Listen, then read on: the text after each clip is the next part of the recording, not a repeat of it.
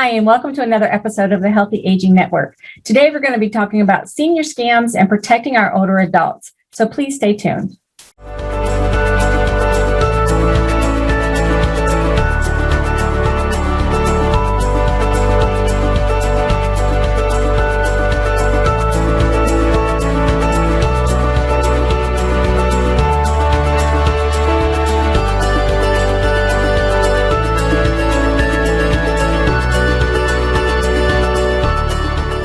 Hi, and welcome back. I'm Kathy Tutt, and I'm the Family Consumer Sciences Educator for Ohio State University Extension in Clark County. Today, we're going to be talking about protecting older adults, and we have a special guest from the Ohio Attorney General's Office. Sylvia Pla-Raith is here today, and she's going to be talking about the work that they do with the Ohio Attorney General's Office.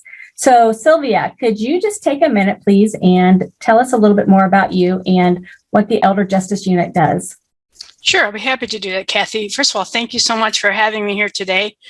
This is an important topic that I think is worthy of everyone's time, and it just doesn't get enough attention. The Elder Justice Unit is one of the newest programs at the Attorney General's Office. It was launched back in 2014, really because the public was asking the Attorney General to have a unit specifically identified to address the needs of older adults, which can be a little different than the general population, which we'll end up talking about today, to address some of the complications we have in Ohio, because we really truly have a fragmented elder justice system. We have lots of different organizations that are involved when older adults need protection from either crimes or elder abuse, whether they live in the community, the nursing home. So it's pretty complicated because there's not one agency that handles it all. So in some ways, the Elder Justice Unit is a navigator. We help people navigate through all the different systems that are available to try to get folks to the right organization to get the best help possible. So I don't actually do any investigations anymore. We mostly are what I would refer to our advocates, as well as we do a lot of education for older adults. Could you tell me why it is that older adults in Ohio are the ones that are targeted? Anyone can be scammed and defrauded, and we know that. But one of the reasons that older adults get picked on, I would say more readily, are a couple different things. One is the current cohort of older adults were raised differently, so they tend to be a more trusting and polite group. So it's hard for them to hang up on people, for instance, if they don't know them, or they call them, or they knock on their door unsolicited. They don't want to be rude. Typically, the other thing we know are the assets. Right now, statistically, 50% of our the United States, the assets reside in people 55 and older. So the scammers, the bad guys, know that's where the money is. So they do target older adults. Older adults are less likely to tell anyone. So not only are they more likely to be victimized, they're less likely to report it, ask for help, because of they might be embarrassed or ashamed, or they're afraid they're going to get someone in trouble. So they tend not to report it. Many older adults live independently in their own homes, so they're isolated from other folks. So you and I, for instance, if we would go out and buy a car, we're more likely to check with people and find out and get an idea of, is this a good decision? Older adults typically don't do that. They will make a decision by themselves without reaching out to other people. And so those are the main reasons why we think older adults are targeted more so than the younger groups. But anyone can be defrauded. I know there's so many different things that they need to look out for when it comes to scams, and our scammers are becoming a little bit more creative. So what are some of the most common ways that people are using or trying to utilize for scams? So, and this is, I just have a slide that has some of the information, the dangerous part about scammers is that, they're not necessarily knocking on your door. It does happen, but typically they're approaching our older adults a couple different ways. One is by the telephone. That's why it's so important to teach older adults about safety around phone issues, especially if they don't know the individual, not to give out the information.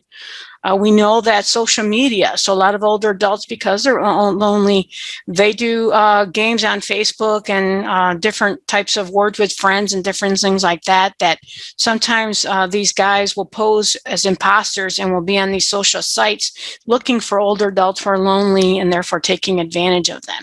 And you got to be careful with websites that are phony and fake.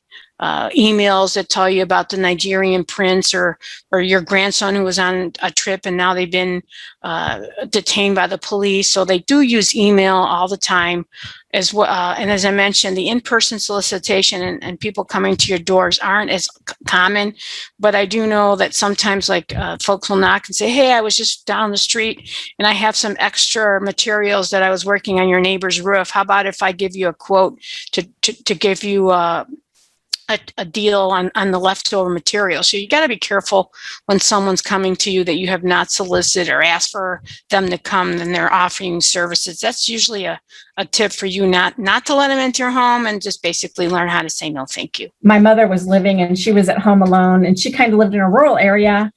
She had someone knock on the door and they noticed that there was something wrong with her house and they wanted to come in and show her, and she opened the door, and we kind of made a rule for her, like, you do not open the door after dark. If someone tells you it's an emergency, if it's a true emergency, they're going to go to someone else's house. So don't open that door, Mom. So. Well, and that happened to my in-laws. They did the same thing, and it's actually good to put signs up by the doors or telephone reminding them of all the ways to protect yourself, because they need reminders sometimes, especially at nighttime. So when we're thinking about these different types of scams and the ways that people are reaching out, what were some of the telltale signs, some of those warning signs that this might not be a real thing and it might be someone trying to get one over on them? Well, we always tell folks to be careful because typically the bad guy tries to get you to make a decision quickly. So it's very high pressure.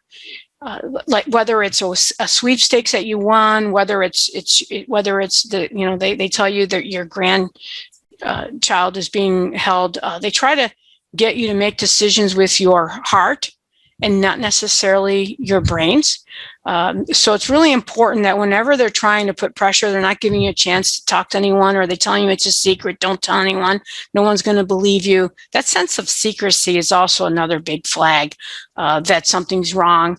The other big thing is typically whenever they're asking you to wire transfers, a big one that I want to make sure people realize that the whole issue of gift cards, they'll try to convince the individual to go to either a Target or a Walgreens and get gift cards for payment. And when you think about it, that's just an odd way of paying someone, but it's the bad guys like it because they get the money very quickly, because typically when you do get a gift card, they'll ask you to read the numbers behind the card to them. So they don't even have to give them the card physically. With that number, they're able to gain access to the money, and the money is transferred very quickly and is gone. So being asked to do anything like that, wire transfers, is really dangerous, as well as when they're asking you for personal information, whether it be your Social Security number or your Medicare number, any type of your credit card information or bank accounts, because that's how it's a good idea that they're going to be using that information to hurt you. And of course, linking, if you're on the internet, and to make sure you're careful not to link on any sources that haven't been verified or you don't know who they are. So can you also talk a little bit about what some of the things that the biggest issues that you experience? So what are some of those common scams that we see that come across your desk? Well, with COVID, we've had a lot of an uptake in scams, I think, which is interesting because while many of us were trying to be safe at home, in some situations, we were telling seniors who typically maybe they had a social network, or they went to the senior center, they were connected to their families, they're connected to church. We were asking them to stay at home, and it became actually very isolating. So we actually created a whole new set of opportunities for our scammers to access older adults. And some of the things that we saw, like, for instance, the grandparent scheme is probably one of the most common ones. And they typically will do this at nighttime because they want to catch the individual while they're sleeping and disoriented. They kind of get them when they, the phone, and they try to pretend they plug their nose and they kind of go like that. And then so the parent doesn't recognize the voice. And then they say, well, it's me. I just been in a car accident and I hit my nose. So my voice sounds funny. But basically the older adult, as I mentioned, stops using their brains and asking questions and start reacting to wanting to help their grandchild. And when I talk to seniors in public, we do a lot of outreach. I always ask them, how many of you have grandkids? And a lot of them raise their hands. How many of you would do anything for your grandchild? They all raise their hands. So that whole issue of stop and thinking and checking to see and verifying if they're okay just goes right out the window, because they're focusing on what's going on right now. My grandchild has been hurt and they need my help. Older adults commonly want to help folks, but that's a real common one. And the important thing about scams is that the bad guys, once they get a viable victim, meaning someone fell for it, that information, they actually target you over and over again, because they actually identify you as someone who fell for it. And not only will they rescam you, they also sell that information in the black market to other scam artists. So you'll find the individual gets targeted multiple times. So it's got a boomerang effect. So we definitely want, once we've identified someone's been victimized, I always talk about ways to protect that individual. So if the phone's been compromised, we want to get a new phone line or a way of protecting that phone number. If bank accounts have been compromised, we have to change it. So we do want to help make sure that the person doesn't get re-scammed. The one scam that was really pervasive during COVID is the sweetheart scams or the romance schemes. And when you think about it, we are social beings. We need to be connected to other people. So here, I just mentioned that during the pandemic, folks were basically asked to stay home, to be safe at home. But all of us benefit from having that special someone that loves us and tells us nice things. The bad guys took advantage of that time and actually pursued many older adults who are now isolated at home, promising them relationships and the thought of love to get them to give money. Because ultimately, in these romance games, the person will develop a relationship with you, make them think they're going to marry you, make them think they're going to come visit you. And all of a sudden they can't. The airplane that if they were across the country, so they're trying to get to you by plane, or they're trying to come to you from the outside of the States, all of a sudden they can't travel. Of course, during the pandemic, that was very real.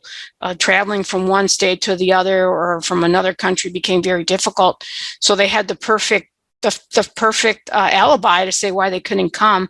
And all of a sudden they need money sent because they need help to pay for something, or there's a problem, or they got sick and they need medical care.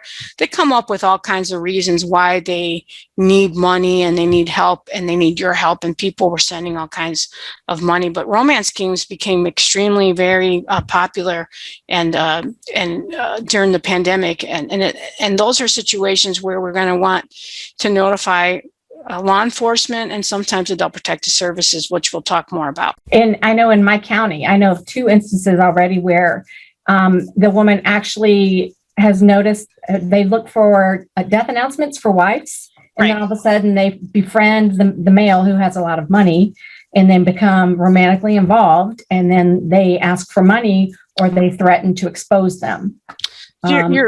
You're bringing up a good point, Kathy, because the bad guys, another way they find victims that are almost, I don't want to use a sitting duck, is looking at obituaries, because when you think about it, the person, I don't know, when they're grieving, I know myself, I was not myself after having a loss. And that's, they say that it takes 6 months to a year to get your sea legs after you experience a loss.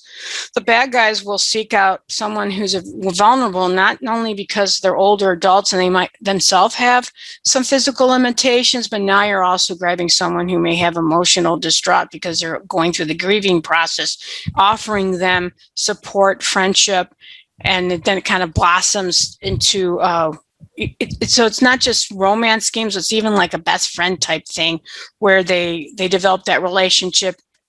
And then they, like I said, typically they then ask for the money. And at that point, the person is kind of hooked. They want to help that individual. They think they have a relationship. They're a friend, or they're, like I said, they've been promised hand in marriage. There's all kinds of excuses and that they will use to try to befriend you. Right. Yeah. And in both of these instances, they did get the police involved, and they went to the home, and, the elderly gentleman says, no, I want her here. I like her here. She's good to me. And then the police say, well, they want her here. She can stay here. But yet they're blowing through hundreds of thousands of dollars from retirement funds. Yeah, so those are the kind of cases that might come to the Elder Justice Unit where we are asked to help. So when the folks call our office, it's typically because they've had some troubles getting help either through law enforcement or even adult protective services. And one of the terms that I've heard is that the person was willingly giving the money away. And I have to stop professionals to say, okay, let's think about this for a minute. Are they giving the money away willingly, or are they being tricked and deceived into giving the money away? And so we educate, and actually got to kind of educate both, because victims, we have to educate them to get them to realize that they're victims. Because if they don't recognize it, because what the bad guy has done is almost brainwashed them into believing that the decisions they just made were made because they consented to it. They're willingly participating versus we have to teach them. So it's either like sometimes giving them information from my office, and we have some really good information, because one of the things in educating the person, we want to show them, hey, this is a scam. Look, there's information about how this works. And look, they're defrauding you. And look, they defrauded other people. So to try to win them over and educate them is the easiest way to help them. With law enforcement, we have to teach them, how was this person deceived? How were they lied to? In essence, they're creating a fake sense of reality was used to trick the person into consenting. So we have to teach law enforcement how to build a case for deception and what tactics are being used. So it's on the surface, it may look consensual, but it really wasn't. It's really based on lies and deception. And how do you build a case, and how do you prove that? Is some of the resources that we work with law enforcement to teach them.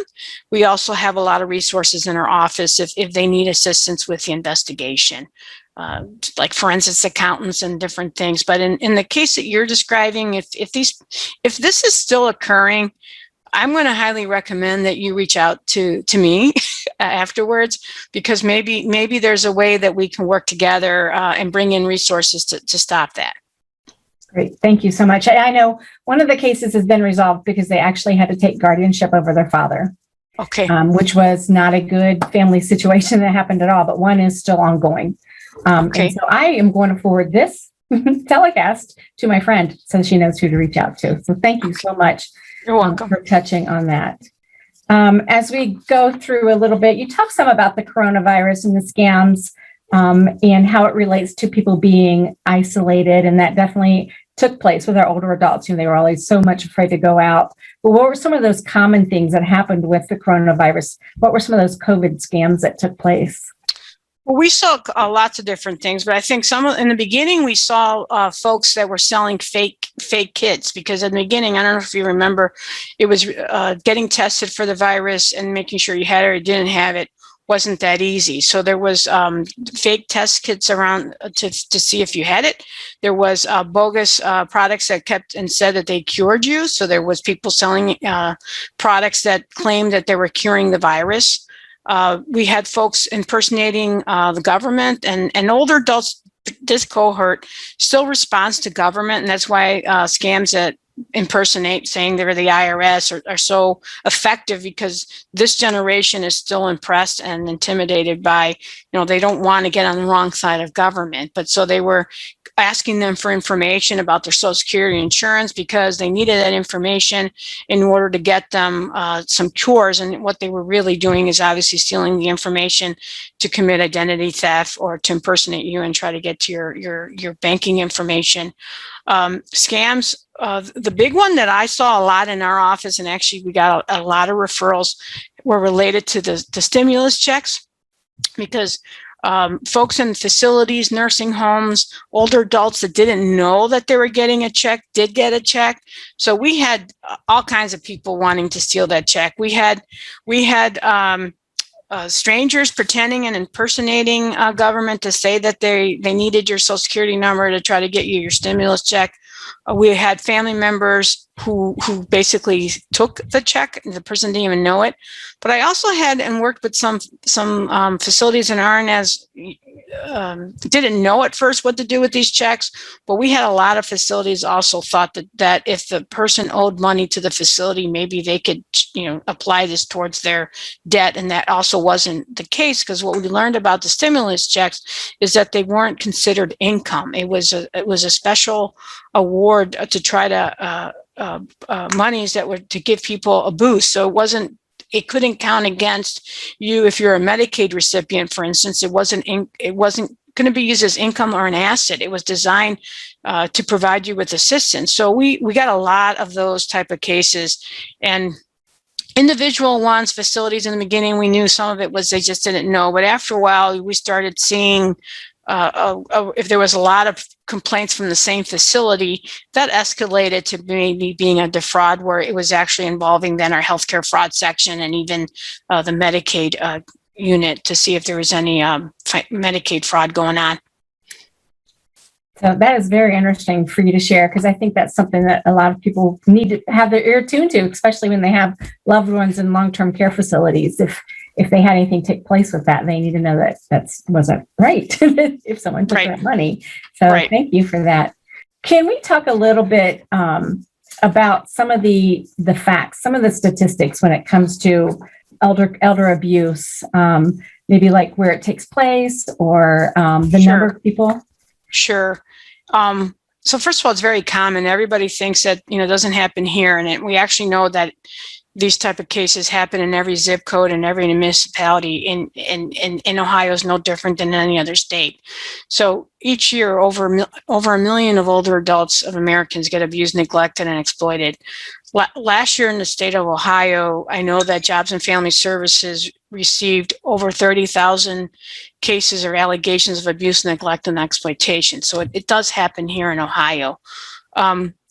What we do know, which is important, is that older adults who are victimized suffer consequences. And this is why it's so important that if it happens, we want to detect it and get help as early as possible, not only to stop the abuse and allegations, or if someone's stealing the money, the exploitation, but also that people suffer emotional consequences. So we know that older adults are more likely to need medical care. They're more likely to end up in an emergency room, a nursing home placement, and they even die quicker than a non-victim. And to me, that's one of the reasons that drives me to make sure that we get involved. The problem is actually getting bigger in Ohio, and I think part of it is that Ohio as a state is aging. And I know one of the stats that I like to throw out there is in 2040, we're going to have more adults turning 85 than 18. So Ohio, and as people age, they get older, they have comorbidities, they become more dependent on other people for help. There's a higher risk that you could become a victim as you get older. And that's one of the reasons why we're seeing more cases. It's not that we have more bad people. We have more. There's just more older adults that are living longer, and they can be deceived. Here's a slide, and I think it's important because we think of victims like we don't know them, but I know a lot of your audience probably know who Mickey Rooney is, because he was a big child actor, but this is just to show you that anyone can become victimized. As he became older, he actually testified in federal law and some of the statutes in federal law that he was victimized by his stepson. And as he got older, he needed his stepson to assist him with his finances, and he became his conservator over his finances. So Mickey realized that not only was he helping him, but his was helping him to the money. But Mickey was very instrumental in bringing a voice and a face to what it's like to be a victim, and pretty much said, if it happened to me, it can happen to anyone. So I wanted to share that with you, because I think it's powerful when we can actually identify with someone, because we always think it's someone else. It can never happen to me. Right. Thank you for sharing that. I think that's a good point to bring home. So we have just a few more minutes left here, and I just want to touch base on like the different types of abuse. I know that we think of physical abuse, emotional abuse, and even sexual abuse when it comes to our older adults. Again, we talked a little bit before about financial exploitation, as well as neglect. And I know there are varying places that this happens, right? So in their home, right? Can happen, and unfortunately, in their facility, and even in the community. Can you talk a little bit about some of the reasons why it takes place in all these? Like, who are some of the people who might be causing harm to older adults?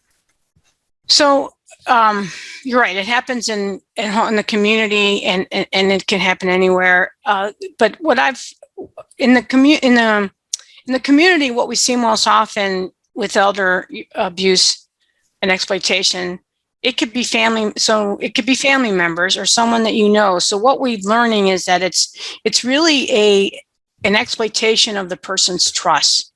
So it's either someone you know who you're supposed, they're supposed to take care of you. And now they take advantage of the fact that you trust them to try to get access to your money.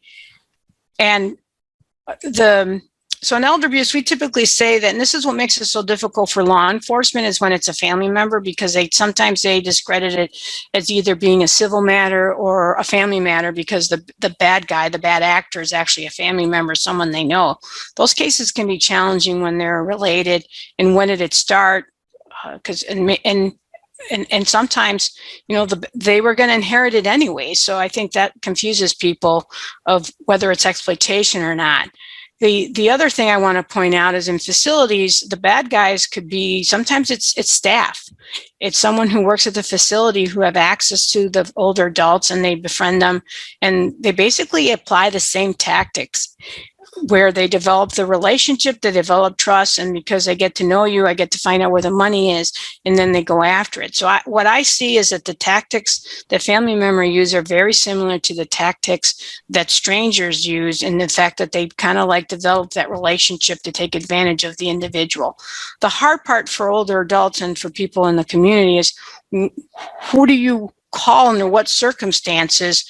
If the person's in the community, we typically rely on adult protective services or law enforcement. If the person is in the facility, we're going to want to probably either use a long-term care ombudsman or bring it to the attention of the health department because they license the facility, or the Attorney General's healthcare fraud. And this is where I think it gets very confusing for victims in terms of who do you call and in what circumstances. And this, I think, instead of you remembering all that, I would rather you call my office and call my unit specifically, because we can probably help you figure out under what circumstances, would be the most appropriate organization for you to call to get help and understanding and getting some relief to address the exploitation or abuse, because it is complicated. Okay, thank you very much. So we do have to wrap up our time here, and I know we could probably go on for a few hours, you and I talking back and forth. Right. So if someone wants to contact your office, can you share the slide with the contact information? We have one number at the Attorney General's office. We have the helpline. So the 800 number, 8282 0505 is our helpline number that manages all 33 sections. So again, to make it a little easier for people to access us, if you know that you're dealing with a situation involving an older adult, you just simply ask that you think you have a case that would be appropriate for the Elder Justice Unit, and they're going to ask you a few questions, but basically they're going to send that inquiry right to my unit that's going to take a look at it and get right back to you. The other thing, so people who like phone call, you can call. We also have the Attorney General has a website, because some folks like to file online. They don't want to talk to anyone. So if you go to our website, ohioattorneygeneral.gov, there's a right down the landing page, there's a tab for filing a complaint. Same thing, you would fill out the information, it would come to me. But we also have another website that's real simple to use that is managed by my office specifically. And instead of having all the information in the 33 section, it's specifically geared towards consumer issues, and it's called ohioprotect.org. That's a great website because it just focuses on the things that we're talking about. It focuses about what's fraud, what are the most recent scams. You can sign up to get on a newsletter, because I think that's important. So you're finding out what type of scams are common, what's going on. So it's a great way to learn and keep up with that. But it also, same thing, and they have some videos. We have our publications, because I think the other thing we didn't talk about, we have a ton of publications that I think are critical to not just educate the public, but if you have a loved one that you want to educate, because I mentioned to you, that's the first thing you want to do is try to convince this person that they're actually a victim, and that it's the best way to do it really is by sharing with them all the information we have so they can learn that in fact they're being defrauded, and that's the easiest way to get someone help, is them understanding. We really have to look at each individual case to try to figure out how to best serve that individual. Thank you so much for joining us today. And again, if someone needs to reach out to you, your information is on the screen, or they can simply search for the Ohio Attorney General's office and contact the Elder Justice Unit.